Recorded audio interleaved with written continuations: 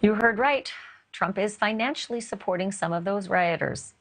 Tracy Walders and Andrew Aboud are still with me. So, Andrew, as a matter of law, presidential pardons are pretty wide if he, does become president in 2024. But you can't issue a pardon in exchange for a bribe. And I wonder if some people would look at that and say, you're trying to exchange bribes for votes. Like, these are pardons for votes. Can it be seen that way, or is that sort of way out in left field? A tie bar, I don't know that we've ever seen that before in this particular case, but I doubt that it would give rise to be considered a bribe. But it's certainly not. It certainly feels seedy, doesn't it?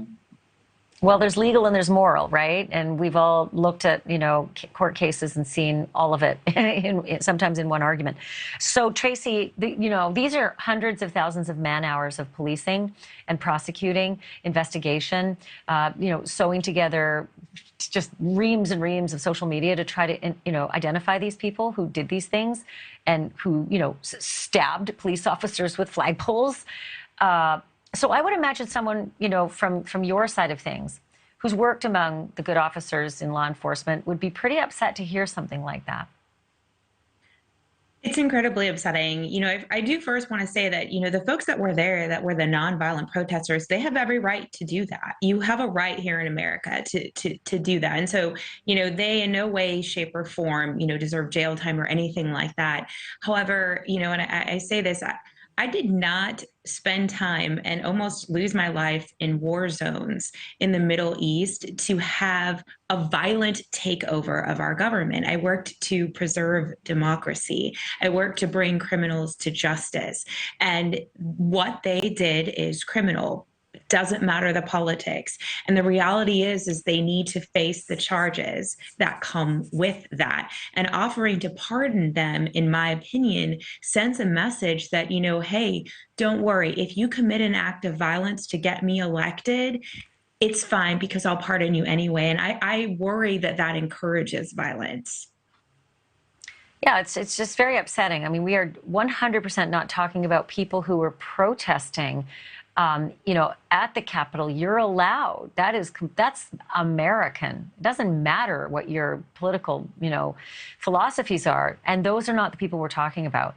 They didn't, get thrown in jail for being there with a flag. They get thrown in jail for using the flag to stab a police officer and beat them when they're down. And those are the people we're talking about. And those are the people that Donald Trump was talking about. That's very distressing.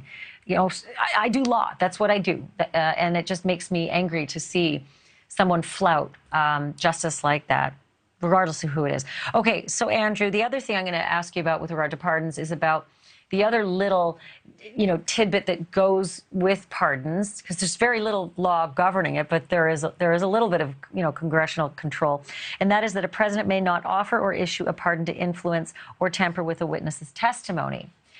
And I'm super fascinated about that because Donald Trump has talked about that before with people. And Pat Cipollone and Patrick Philbin are, talking to the grand jury right now about the conversations that they had in the White House between election and January 20th, when he stepped away from the Oval Office. And he was offering people pardons at that time. Is that going to raise its ugly head at some point in the future? It's possible. Obviously, the grand jury testimony is supposed to be confidential, and so we don't know what they're actually being asked about specifically, and it certainly could be wide-ranging. It certainly doesn't seem like that would be something that Trump would create a boundary for himself as far as encroaching on offering people pardons for testimony or for an improper purpose. So obviously, once they're in front of the grand jury, they can be asked anything. And if they don't assert the fifth, it could create some additional exposure for Donald Trump.